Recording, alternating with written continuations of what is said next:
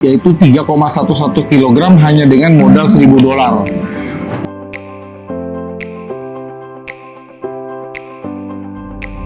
Halo sahabat trader, selamat datang di saluran YouTube kami, yaitu Profit Training. Pada video kali ini kita akan membahas sesuatu yang berbeda, Pak.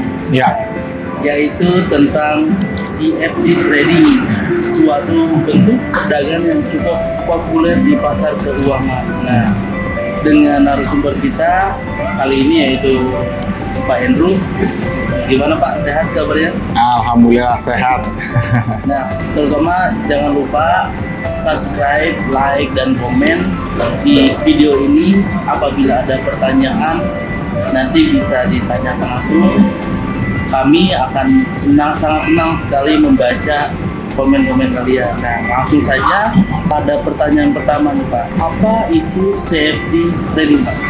Oke, pertanyaan yang sangat bagus, yang sering juga ditanyakan oleh para member, para netizen, yaitu apa itu CFD? CFD adalah merupakan satu singkatan. Jadi CFD itu merupakan satu singkatan dari Contract for Difference. Nah, CFD adalah salah satu perdagangan alternatif atau derivatif dari pasar keuangan. Nah, dengan cara kita melakukan trading CFD, kita bisa melakukan jual dan beli tanpa harus memiliki fisiknya, karena yang kita perdagangkan di sini adalah kontrak. Nah, ini sangat berbeda dengan cara trading konvensional atau cara dagang konvensional. Kalau cara dagang konvensional, ya kita membeli atau menjual harus ada objeknya, harus ada fisiknya. Tetapi dengan kemajuan zaman internet sekarang, kita bisa melakukan jual dan beli di CFD dengan hanya berdagang kontrak. Nah, jadi yang kita perjualbelikan adalah kontraknya.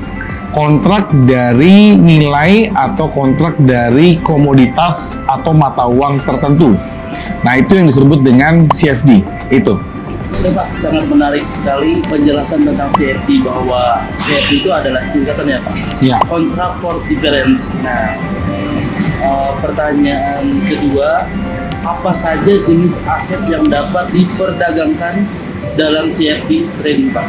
Ya, sebenarnya banyak ya. Andrew bisa sebut saja, kita mulai dari yang namanya saham. Kita bisa melakukan perdagangan CFD ya dengan nilai saham. Contoh ya, misalnya teman-teman ingin membeli saham Apple, misalnya teman-teman ingin membeli ya saham Microsoft, misalkan teman-teman mau beli saham Google, misalkan teman-teman mau beli ya saham Tesla, bisa melalui CFD.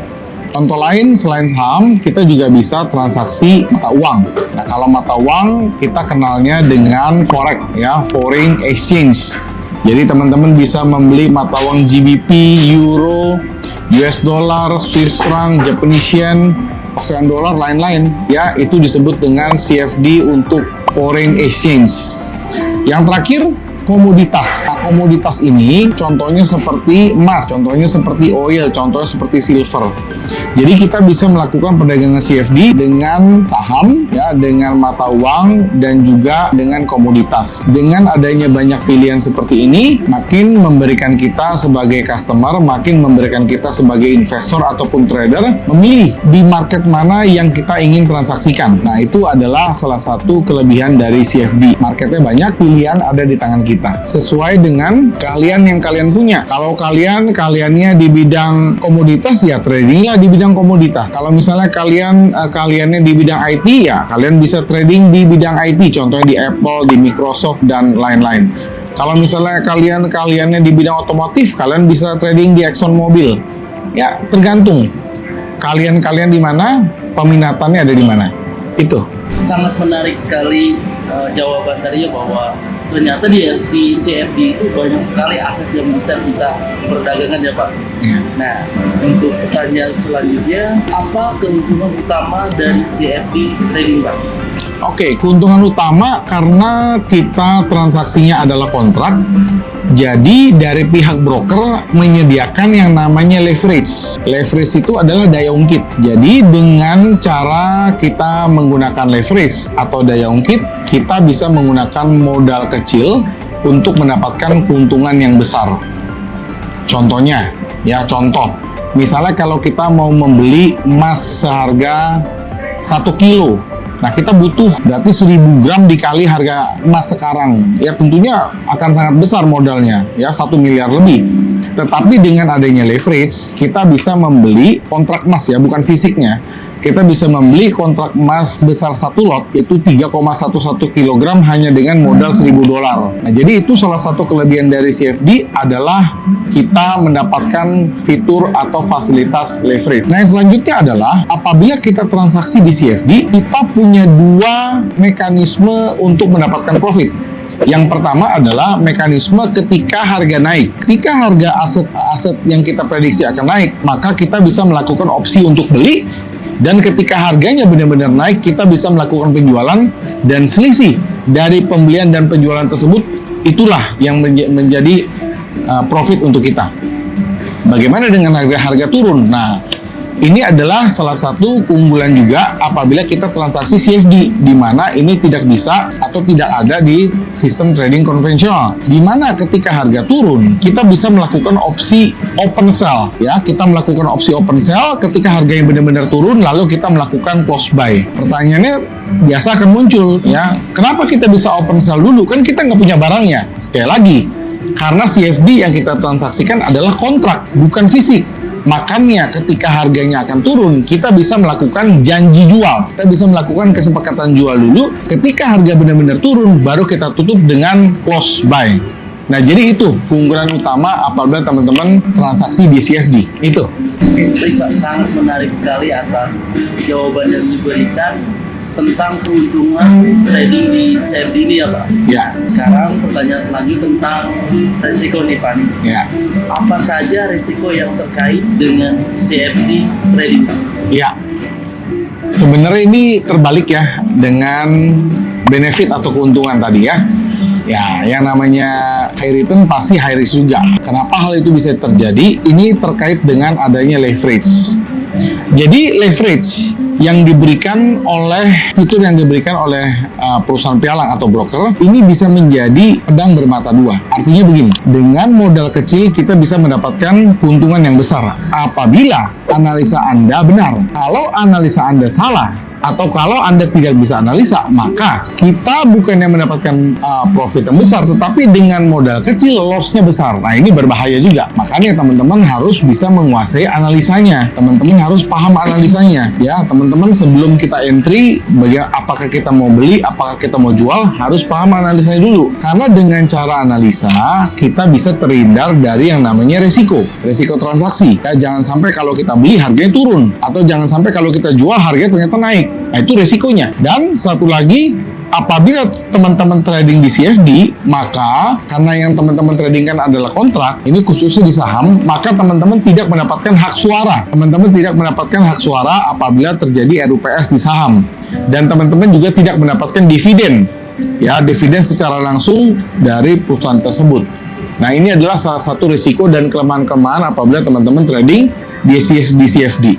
Jadi Andrew menjelaskan dua sisi benefitnya ada, kekurangannya juga ada. Pilihan ada di tangan teman-teman. Itu dia. Baik Pak, terima kasih atas penjelasan tadi mengenai resiko yang ada di CFD trading. Nah, sekarang pertanyaan selanjutnya itu bagaimana cara mengelola resiko dari CFD trading Pak? Ya. Pertanyaan bagus, bagaimana cara mengelola resiko?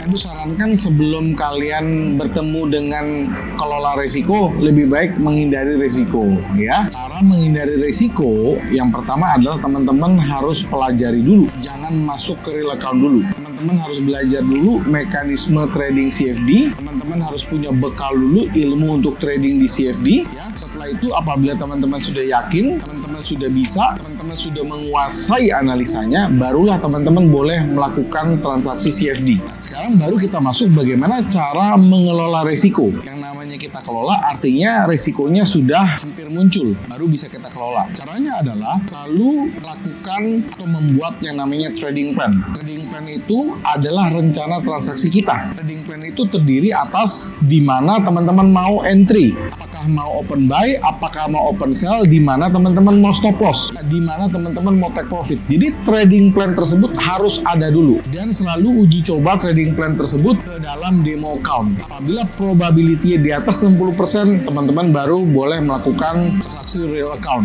Lalu yang selanjutnya adalah risiko-risiko kelola, teman-teman harus kelola risiko yang muncul adalah mengenai psikologi trading. Pada saat kita trading, kita pasti memiliki rasa takut, kita memiliki rasa ragu-ragu, kita memiliki rasa serakah, ya pengen cepat kaya, cepat profit besar, ya justru itulah yang akan merusak kita punya account. Nah, jadi cara mengelola risiko kalau buat pemula yang sarannya selalu menggunakan stop loss, juga profit. Ya, walaupun yang bilang pasti kan mau profit sebanyak-banyaknya, benar. Tapi ibarat kita lagi lari, ya lagi lomba lari. Teman-teman lari tanpa garis finish. Teman-teman mau lari sejauh apa? Jadi take profit itu adalah garis finish kalian. Teman-teman mau cari profit seberapa banyak? Bulan kita mau target profit itu seberapa banyak harus ditentukan. Nah, apabila sudah tercapai, istirahatlah sebentar, nikmati profitnya. Jadi dengan cara itu, ya teman-teman bisa trading dengan nyaman, tenang, juga risiko akan bisa diminimalisir, dan risikonya kita bisa perhitungkan sebelum risiko itu muncul.